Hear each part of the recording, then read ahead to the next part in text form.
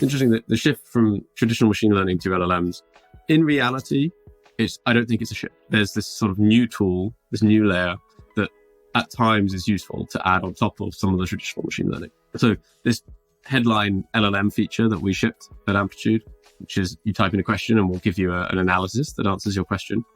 That is a combination of traditional machine learning and LLMs. So you type in your question and we'll go off and using non-LLMs, using code that's sort of we wrote our own models internally, we'll look at that question and find all the different events that you might have that we think are most relevant before we pass them into the LLM. And that's really important because LLMs are both expensive and slow,